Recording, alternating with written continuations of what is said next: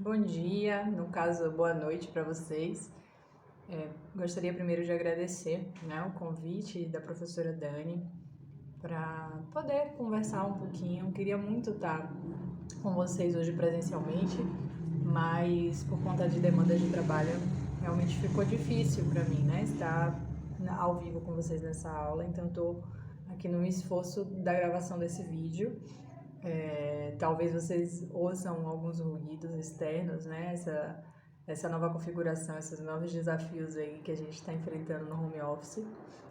Mas espero conseguir trazer para vocês alguns pontos de reflexão para a gente conversar e para vocês discutirem durante a aula, depois do vídeo.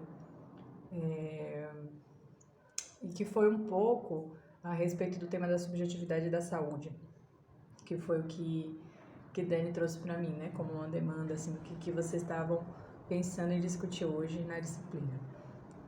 Eu queria começar também me apresentando. Eu sou Camila Veras, eu sou psicóloga, sou mestre e doutoranda em psicologia social, com pesquisa e trabalho em áreas de gestão de riscos de desastres, mais precisamente no contexto do rompimento da barragem lá em Mariana, estudando e pesquisando os impactos psicossociais, sobretudo na saúde mental das pessoas, das populações atingidas pelo rompimento da barragem da mineração nessa região.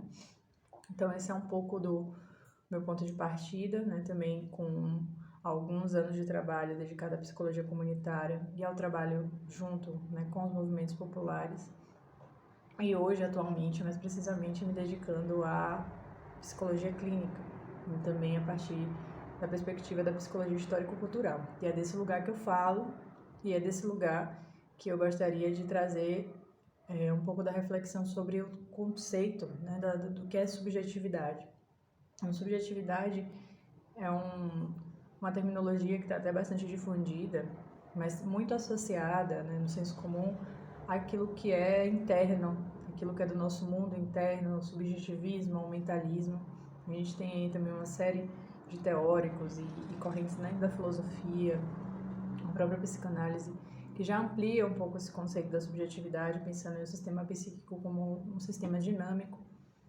Mas é Vygotsky que traz para a psicologia social, para a psicologia, a leitura mais concreta da nossa subjetividade. Não existe psiquismo alheio, independente da cultura e da base material da sociedade. Então, a partir da relação dialética com a base material que nós somos construídos e que nós somos formados enquanto humanos. Então, a nossa subjetividade, a teoria da subjetividade, aí eu vou trazer aqui Fernando González Reis, é um teórico da psicologia histórico-cultural, e ele vai trazer esse seguinte conceito que eu queria partilhar um pouco com vocês, que a subjetividade é um sistema complexo, plurideterminado, que rompe com o determinismo mecanicista, como um sistema multifatorial e complexo, que abarca, por exemplo, as dimensões dos sentidos subjetivos, que são produzidos e forjados através da relação com a cultura e com o meio.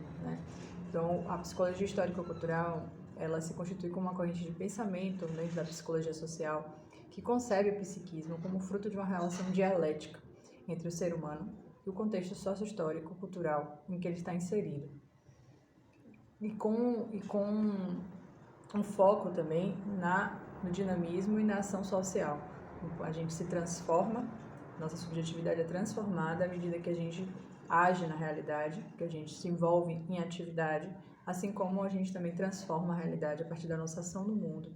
Então, para Vygotsky e os teóricos da psicologia histórico-cultural, é a partir da relação com o meio que a gente se forja, que o nosso psiquismo ele surge, nosso cérebro se desenvolve e os nossos fenômenos psicológicos complexos também podem ser desenvolvidos, como o pensamento, como a própria linguagem, que também é fruto da base material, que é fruto desse encontro do sujeito com um grupo, em que precisam transformar ali os códigos sonoros em palavras e linguagens, que o pensamento e a linguagem eles são mediados através de significações, de processos de significado, e que são esses significados que seriam a nossa chave, por exemplo, da nossa subjetividade, que desvela a nossa cultura, que fala sobre a totalidade.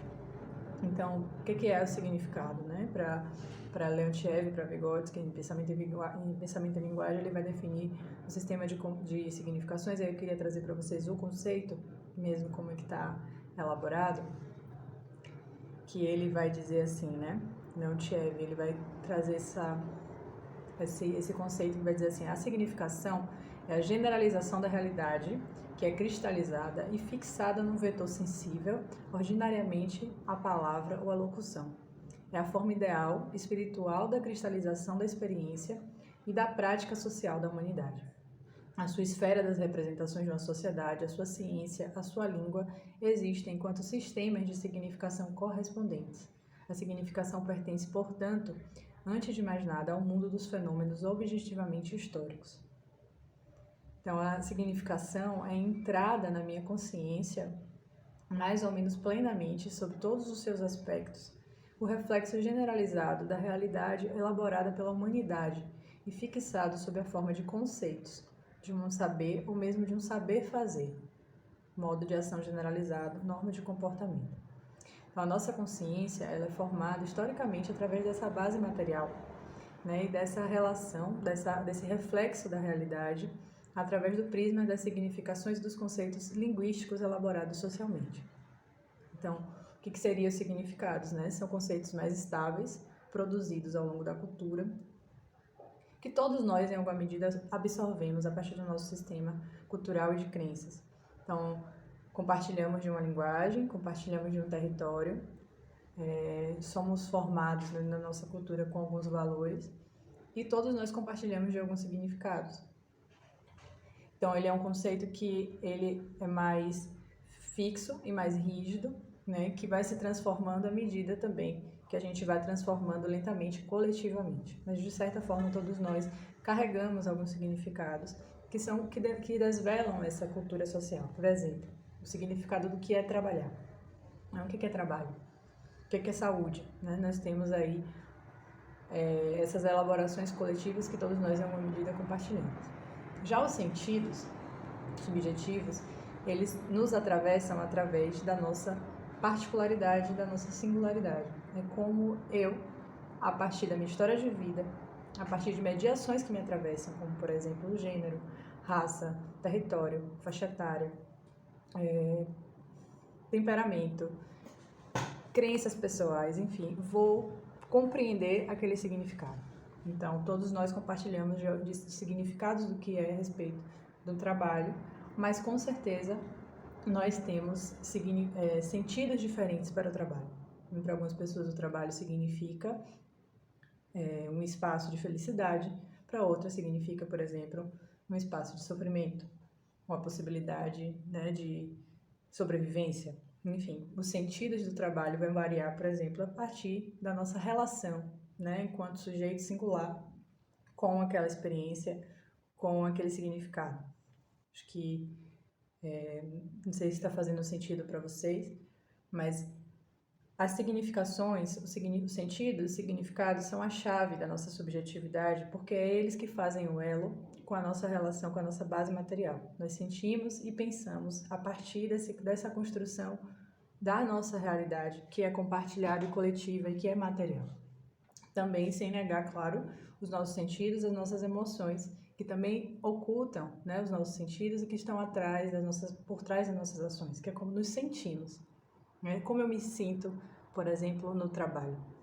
Então, são alguns conceitos, alguns pontos conceituais que eu queria trazer para vocês, para a gente conversar um pouquinho sobre essa categoria, né, que diz respeito à subjetividade, que eu acho que é um ponto importante para falar de subjetividade, é que é muito comum em algumas correntes na psicologia que a gente foque, por exemplo, no fenômeno psicológico, ou mesmo numa fragmentação, numa categorização, por exemplo, de sintomas, né? As pessoas apresentam determinados sintomas e a gente vai investigar o ponto da saúde mental a partir dessa expressão dos sintomas. E a leitura subjetiva, a partir da base material, é a oportunidade da gente olhar de uma forma mais integrada e mais ampla o sujeito, para além do sintoma. Se a gente tira o sintoma, se a gente muda o nome do sintoma, o que esse sintoma está trazendo dessa ordem que esse sujeito está inserido? A expressão de uma ansiedade, né, de uma pessoa é diferente de outra pessoa. E por mais que a gente não esteja interessado em identificar uma causa, até porque né, na saúde mental a gente não fala em causalidade, a gente fala em multifatorialidade, é possível que através desse olhar para o fenômeno, que é aquele que se apresenta, a gente possa ir buscar uma série de determinantes e fatores que possam estar trazendo aquela condição de saúde. E por que eu estou insistindo nessa questão do significado e do sentido? Como é que aquele sujeito experiencia a realidade, introjeta a realidade, sente a realidade e verbaliza a respeito dessa realidade, né? O que aquilo representa, como é que ele se sente dentro dessa realidade. Então, eu queria trazer alguns desses pontos. A gente falou também um pouquinho sobre a totalidade, particularidade e singularidade, que a totalidade seria o nosso modo de produção, o nosso contexto cultural, econômico, social, o momento que a gente está vivendo hoje historicamente. E a particularidade e a singularidade é como isso, como eu, enquanto sujeito, né, enquanto indivíduo, percebo e vivencio isso, né, dentro da minha história. Então, e a partir disso, eu queria conversar com vocês também um pouco sobre saúde. O que é saúde? Né? Se a gente está indo pela mesma lógica de que a nossa subjetividade ela é um sistema complexo e material, o que seria a nossa saúde? Né? Acho que todo mundo já ouviu essa frase que saúde é mais do que ausência de doença, é mais do que ausência de sintomas. E até deixar para vocês essa pergunta, para que vocês possam elaborar também a partir dos sentidos de vocês, né? O que é se sentir saudável?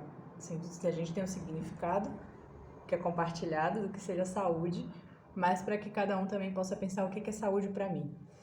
Quais são os meus indicadores de saúde, né? O que eu faço que eu me sinto saudável, e isso é algo que a gente pode trazer para a gente, inclusive nesse momento que a gente está vivendo. Eu acho que é o melhor. Esse momento que estamos vivendo de pandemia vai ser muito ilustrativo realmente para essa discussão sobre saúde, que é através da saúde como fator ético-político.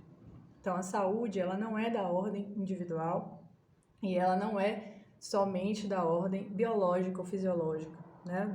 De um ataque ou sofrimento biológico num corpo orgânico. Então, saúde, ela está direcionada, por exemplo, a diversos determinantes políticos e sociais, né? Da Comissão sobre os Determinantes Sociais da Saúde, da Organização Mundial de Saúde, da OMS, se compreende, por exemplo, que as condições de vida às quais as populações estão expostas, seja na sua dimensão socioeconômica, política, ambiental, são determinantes para as condições de saúde e bem-estar dos indivíduos e das comunidades. Então, o acesso diferenciado a serviços em cuidados em saúde, né, que é resultante, por exemplo, da desigualdade social, da exclusão social, as condições, né, e acesso a políticas públicas e a bens básicos, por exemplo, como água, como rede de esgoto, ou condições de trabalho, de renda, de alimentação. Isso tudo são fatores que demarcam, né, a condição de saúde ou não. A gente está vivendo, por exemplo, hoje num momento de crise econômica, de uma alta de desemprego e de uma alta, o Brasil volta para o mapa da fome, falta de alimentos. Tem implicações diretas, por exemplo, na condição de nutrição e na condição de saúde dessas pessoas. Então, hoje a gente está vivendo um contexto pandêmico que não é igual a vivência para cada pessoa, né? E esses marcadores estão muito ligados à condição de gênero, de raça, em que lugar você mora, né? Qual é a sua classe social. Então, cada grupo social está experienciando a pandemia de uma forma diferente. E quem são as pessoas que mais adoecem de Covid? Quem são as pessoas que mais morrem de Covid? Qual é o acesso à saúde? Por exemplo, que uma pessoa que vive num centro de uma cidade urbana, que tem aí uma rede de serviços de saúde com maior abundância e também de serviços de saúde privada, acesse diferente, por exemplo, de uma pessoa que está localizada num contexto rural, com pouquíssimo acesso à política pública. Então, é a partir dessa discussão, quem acessa a saúde, quem está mais exposto ao adoecimento, e isso também ele é marcado pelo contexto social em que a gente está inserido. Então, a gente pode ver mesmo nos estudos e as pesquisas o índice de pessoas pretas, que são as pessoas que mais adoecem, que mais morrem de coronavírus, e que são também as que são menos vacinadas nesse momento. Estão sendo menos vacinadas por conta das posições, né, em que se encontram de trabalho e que muitas vezes estão em trabalhos precarizados, em maior exposição, que são as pessoas que estão nos ônibus, são as pessoas que estão na linha de frente, né, dos serviços essenciais, os mercados, os postos de gasolina, os trabalhos, né, como com serviço de coleta de lixo, ou mesmo dentro dos hospitais. Então, se a gente for olhar, por exemplo, para a pandemia como uma emergência sanitária coletiva, ainda assim a gente pode olhar indicadores diferentes de saúde e adoecimento dentro desse contexto. É um processo de saúde e doença como um fenômeno ético-político que precisa ser compreendido dentro da sua totalidade, considerando a dimensão material em que esse processo se dá, né, através de políticas de Estado, de políticas de governo, condições sociais, condições econômicas, biológicas e também éticas, né, o acesso à política pública, a ampliação e a universalização do SUS. Por isso que o SUS ele é tão importante, né, para a nossa luta, para a nossa realidade, porque é um sistema público, gratuito, universal, que deve ser expandido para que todas as pessoas possam ter acesso à saúde, a saúde sendo de fato compreendida como um direito da população e não como uma mercadoria que eu posso comprar. Ou se eu tiver mais dinheiro, eu vou ter mais acesso à saúde. Então, o SUS nesse momento tem sido a prova do quanto que a gente precisa de um sistema forte, de um sistema bem estruturado, para que a gente possa garantir, por exemplo, o controle das variantes do coronavírus, para que a gente possa não colapsar enquanto sistema de acesso, para que as pessoas tenham acesso, para que as pessoas, enfim, não morram, né? Em última instância, o SUS salva vidas. Então, como é que a discussão a respeito do SUS também é uma discussão central quando a gente fala de saúde, quando a gente fala de direito à saúde. Então, e aí tem umas outras definições que eu trouxe também que eu acho bem bacana. Bárbara Savai, ela é uma psicóloga também sociohistórica, e ela vai trazer, baseada também na filosofia de Spinoza, que saúde ela está da ordem da potência de vida. Ela está relacionada à nossa potência de ação no mundo, aos afetos que nos tornam potentes, enquanto que o sofrimento então, está relacionado a afetos que nos submetem, que nos enfraquecem, que nos paralisam, que nos entristecem, que nos afetam negativamente. Diferente do sofrimento ético-político, que está relacionado também à nossa condição material e à nossa posição na estrutura, dentro da desigualdade social, em que produz afetos tristes, afetos que nos colocam numa condição de impotência, numa condição de enfraquecimento, de paralisia subjetiva. Então, para a Baader, a saúde ela também está relacionada com a nossa capacidade de sentir, de ser afetado, de afetar, de pensar e de agir. E aí o MST tem uma definição que eu acho que sintetiza e que é muito bonita, que eu também trouxe, que foi a partir de uma entrevista de uma pesquisadora, também psicóloga, chamada Ana Arisa Silva, que ela pesquisou num contexto de um grupo de assentados no Movimento Sem Terra, sobre a respeito do sentido de saúde daquele movimento, né? E tem essa frase clássica do movimento que é: saúde é a capacidade de lutar contra aquilo que nos oprime. E aí, em dado momento da entrevista que ela fez, uma das entrevistadas disse assim, né, que saúde para ela era ter alegria, felicidade, amizade, companheirismo, bem-estar, conviver, ter força para enfrentar as doenças, crises e dificuldades. É a produção coletiva e agroecológica, a alimentação orgânica, é a luta contra toda forma de exploração, é a luta contra o capitalismo, a segurança, a soberania alimentar e a terra. É a liberdade, é a justiça, é ter respeito à religiosidade, é a distribuição de renda, é resgatar e respeitar a sabedoria popular, é estudar, é a cultura, é lutar, é criar, é o poder popular, é vida. Porque para a gente pensar a saúde como uma categoria mais ampla, inclusive como é que é a nossa atuação frente à promoção de saúde, ou no nosso trabalho, seja ele na política pública, seja ele na clínica, a partir de uma leitura de clínica ampliada. Então, acesso à saúde é sim acesso à medicação, acesso a leito, acesso a atendimento, acesso a exame, acesso no nosso caso agora, a vacina. Isso é a nossa população tendo acesso ao direito à saúde, mas saúde é além do acesso às instituições de cuidado biomédico. Saúde é pensar um projeto de vida, é um projeto de sociedade com qualidade de vida, com qualidade de bem viver, em que a gente possa experimentar na nossa própria vida modos de viver que nos aumente a nossa potência, em que a gente possa criar vida, em que a gente possa viver nossos sonhos, que a gente possa ter um estilo de vida mais saudável, que a gente durma bem, que a gente coma bem, que a gente tenha relações em rede que nos nutram e que nos retroalimente. E que isso pode ser pensado de um jeito social coletivo, quando a gente pensa em que sociedade que a gente quer viver, né? Mas também no campo do micro, como é que a gente vai criando nossas micro-sociedades que promovem saúde. E isso está muito ligado também à nossa própria rede de apoio. E os movimentos, eles trazem essa elaboração, né, da justiça social, mas também dos espaços comunitários como espaços de potência de saúde, porque muitas vezes é o que resta para aquelas populações que estão marginalizadas, né, e que vivem na periferia, por exemplo, do sistema capitalista, tendo acesso aos piores empregos, às piores condições de renda, de moradia. E quando eles se encontram enquanto coletivo, enquanto grupo, e vão se percebendo ali espaços, por exemplo, de protagonismo, de voz, de reivindicação de direitos, de sociabilidade, de fortalecimento de laços sociais, isso são fatores de proteção, isso são fatores de promoção de saúde. Então, a comunidade, inclusive agora, nesse momento da Covid, né? Quantos grupos comunitários estão se mobilizando para poder garantir e promover saúde dentro das suas comunidades? Sejam através de distribuição de insumos como máscara, álcool em gel, contratação e contato com profissionais de saúde que estão fazendo trabalhos voluntários dentro desses bairros, mas o quanto que a comunidade se mobiliza a partir da mobilização comunitária para poder garantir e promover acesso à saúde também, fazendo um contraponto, por exemplo, a isso que eu falei no começo, que são os indicadores de sofrimento, que são os indicadores de doença, que é a falta de acesso, a precariedade, ao quanto você está mais ou menos exposto.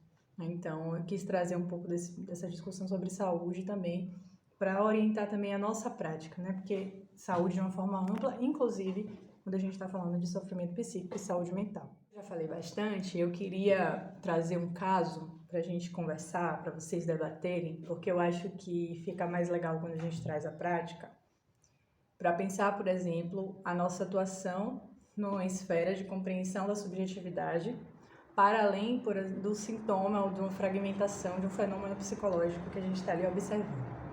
Então, eu atuei num contexto, em uma área de desastre, que foi no contexto do rompimento da barragem de mineração de rejeitos de minérios na cidade no epicentro ali, né, de Mariana, com algumas comunidades como Bento Rodrigues, Gesteira, Paracatu de Baixo, Paracatu de Cima, que foi um rompimento que levou lama até para cá, para o sul da Bahia.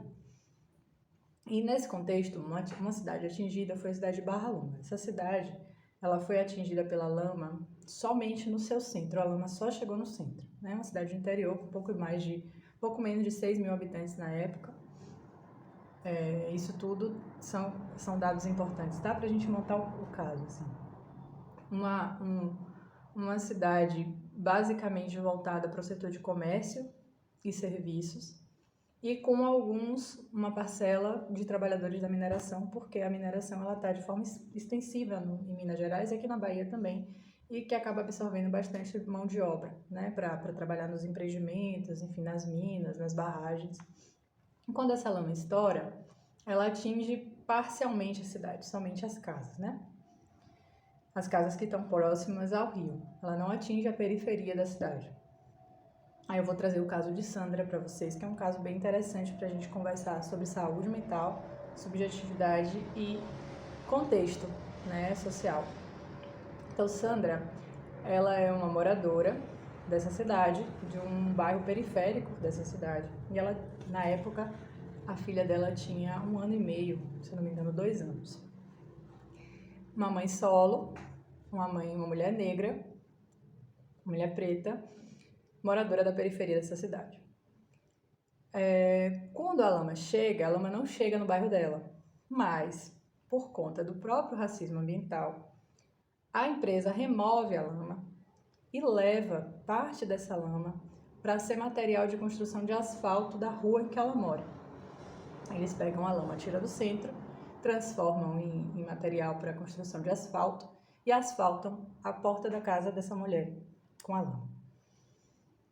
Antes da gente entrar no caso dela específico, dá para dizer que todas as pessoas que moram nessa cidade, ou mesmo todos nós brasileiros, somos de alguma maneira atingidos pelo desastre que aconteceu. Porque, enquanto brasileiros, tivemos o nosso rio, né, o que foi o Rio Doce contaminado. Aí temos uma série de espécies, né, nativas do ecossistema local. E todos os moradores da cidade foram atingidos, independente se a lama chegou ou não dentro da sua casa. Porque mudou o fluxo, a cidade está cheia de poeira, está cheia de trabalhador que não tinha antes, o clima da cidade está péssimo, as pessoas estão tristes, as pessoas estão enlutadas. O itinerário que essa pessoa fazia dentro da cidade mudou, porque tem vias que estão interrompidas. A vendinha que ela comprava as frutas para a casa dela está fechada porque foi atingida pela lama. Ela conhece uma vizinha que teve a sua casa invadida pela lama e que perdeu todos os móveis, e ela se solidariza com essa vizinha. Então, todas as pessoas, por direito, são atingidas quando acontece um crime socioambiental dessa proporção. Mas, por conta da questão econômica, do poder econômico e como a empresa se localiza nesses territórios, né, a partir do controle, da dominação, porque quem gera receita para os territórios, é a empresa que assume o protagonismo de definir quem é mais ou quem é menos atingido. Então, se você teve a sua lama dentro da sua casa, você é atingido. Se você não teve, você não é atingido. Então, esse é um ponto importante para a gente entender esse caso, né? Então, eles que levam a lama para a porta dela para virar asfalto, e a partir do contato com a poeira, a filha dela, de 2 anos, começa a apresentar sintomas de alergia, dermatose, né? Fissuras na pele, alergias e problemas respiratórios. Aí é esse que começa o itinerário de Sandra pelo sistema de saúde, tentando provar que aquele adoecimento físico da filha dela estava relacionado à lama. Então ela ia para a empresa: oi, né, eu preciso de reparação, minha filha adoeceu. A empresa dizia: não, isso não é nossa responsabilidade, você tem que ir para o sistema de saúde. Ela ia para o sistema de saúde, o sistema atendia a filha dela, mas não relacionava a lama. Não posso te dar um laudo dizendo que essa alergia é por conta do contato com o rejeito. E ela passa meses pulando para lá e para cá, inclusive gastando o dinheiro dela para poder fazer compra de medicação que não encontra no SUS, buscando médicos por fora do sistema que possam, por exemplo, dar um laudo para ela, né? Um alergista, fazendo uma relação direta entre a lama e o problema de saúde. Então, nisso ela viaja, uma mãe solo de uma criança de 1 ano e meio, atingida por um contexto de desastre, e atingida várias vezes pelo silenciamento, pela negligência, pela falta de atenção e pela falta de reparação e justiça. Então, em determinado momento, ela consegue esse laudo, que vai dizer que a filha dela adoeceu por conta do contato com o rejeito, e consegue ser incluída como uma mulher atingida dentro dos critérios que a empresa estava colocando para ser reparada de alguma forma. Só que nesse caminho, ela começa a apresentar quadros de estresse agudo, de ansiedade e depressão. Ela tem até relatos, né, na entrevista que eu fiz com ela, de picos de estresse em que ela quebra as coisas, em que ela tem crise de ansiedade e tudo mais. Então vamos supor que Sandra chega pra gente como uma demanda de saúde mental, assim como toda a população da região está, de certa forma, acometida e passando por situações de sofrimento psíquico. Ela vai chegar, vamos aqui supor, com um quadro de ansiedade, depressão, ou talvez aí pela literatura a gente possa enquadrar ela como um estresse pós-traumático, né? Afinal, ela passou aí por um desastre e é muito provável que ela esteja vivenciando esse estresse pós esse trauma e apresentando isso na sua sintomatologia. Se a gente é um profissional que só vai olhar para isso, a gente vai pensar num tratamento para Sandra adaptativo. Como é que eu reduzo o sofrimento de Sandra? Eu vou medicar Sandra, não a gente, né? Mas vou orientar que Sandra seja medicada, e que em alguns casos é importante, né? Não sou uma pessoa que faz o enfrentamento à medicação de uma forma radical, mas eu acho que a gente precisa olhar para além disso. Ou eu vou propor um tratamento para ela de amenização dos sintomas da ansiedade, que por algum motivo pode ajudar a aliviar, sim, o sofrimento, mas que ignora a totalidade em que Sandra está inserida. Então, eu como profissional de saúde, como agente de saúde, que não compreendo toda essa história, esse enredo, essa narrativa que Sandra traz, eu vou ter um olhar para ela talvez muito fragmentado do sofrimento dela. Quando que, por exemplo, qual seria o melhor remédio para a ansiedade de Sandra? Será que não é a justiça, o acesso a direitos, o acesso à reparação? que a empresa reconheça que a filha dela foi atingida e que forneça toda a assistência à saúde que ela precisa daqui para frente? Será que não seja esse o trabalho com ela? Como é que Sandra se organiza e se mobiliza na sua comunidade, ou com outras mães, ou com outras mulheres, ou com outras pessoas que também estão acometidas por alguma questão de saúde, para poder fazer uma pressão para que haja mais investimento e políticas de prevenção em saúde naquele território? Será que meu trabalho com Sandra não é compreender como é que o Estado está se relacionando com a empresa, como é que eles estão se juntando para poder negar direitos, às vezes, dos atingidos? Quais seriam os espaços de saúde que Sandra pode acessar? Quais seriam os espaços que podem possibilitar com que ela tenha uma rede de apoio, ou que ela seja ouvida, ou que ela seja reconhecida na sua dor? Enfim, como é que eu posso pensar junto com Sandra e junto com a comunidade que está ali, né, em volta, espaços de promoção de saúde dentro da cidade, espaços comunitários dentro da cidade? Como é que essa memória desse local pode ser reconstituída, né, já que antes se tinha um modo de vida, se tinha uma relação com a cidade, com aquele território, depois do desastre essa relação muda. Então, como é que eu penso enquanto sujeito de ação na reconstrução dessa cidade? O que é que eu quero que tenha nessa cidade agora, para poder mudar o meu olhar, ao invés de eu ficar só vendo poeira e lama? Enfim, como é que Sandra, enquanto agente de transformação da realidade, pode ser ponto de mobilização para outras pessoas que estão com problemas similares, se juntarem para garantir mais profissionais de saúde, né, ou mesmo acesso a mais assistência à saúde dentro do sistema único público? Então, assim, o caso de Sandra é um caso emblemático, é um caso complexo, que a gente precisa ouvir a partir de um conhecimento mais amplo do que até do nosso saber psicológico. Como é que eu vou ouvir Sandra sem compreender a política local, sem compreender o papel que a mineração tem naquele território, sem compreender a questão geográfica do território, por que que o centro recebe um tratamento e a periferia recebeu outro, por que que o rejeito foi para a periferia? Que corpos são esses que podem adoecer e podem morrer sem serem assistidos? Se eu não compreendo como é forjada a subjetividade de Sandra enquanto uma mulher preta, como é que eu posso nominar o sofrimento dela como ansiedade ou depressão sem compreender os silenciamentos e as violências que ela passa por ser justamente uma mulher preta? E mãe solo. Quais são os desafios que ela enfrenta nesse caminho, sozinha com a filha de 1 ano e meio, para poder garantir direito à saúde? Enfim, então, acho que isso faz... Quero trazer essas provocações para que a gente possa pensar a nossa atuação em saúde mental, a partir de um olhar para a subjetividade, que, como eu quis trazer um pouco, é um olhar mais amplo, multifatorial, complexo, né, e que talvez supere aí essa visão dicotômica que a gente tem, né, de sujeito e realidade, que a realidade objetiva é uma coisa, mas o sujeito, o que eu trabalho internamente com o sujeito, ele pode se dar independente dessa relação. Então eu trato o sintoma, eu trato a ansiedade, eu trato a depressão, quando que eu posso,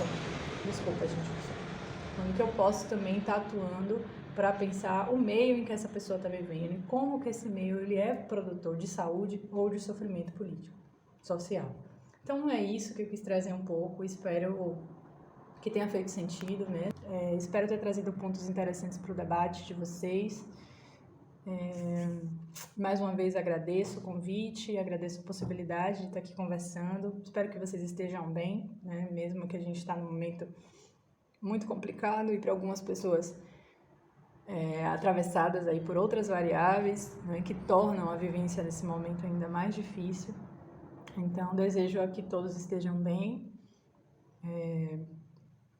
na medida do possível, né, do que é possível estar bem nesse momento, e um bom debate para vocês. Estou aqui à disposição caso vocês precisem ou queiram, né, trocar uma ideia, tirar dúvidas a respeito de algo que eu trouxe que não ficou muito compreendido. Posso disponibilizar também as referências que eu usei aqui para trazer para vocês dos autores, e estou à disposição para a gente trocar, tá bom? Um grande abraço e um beijo. Tchau!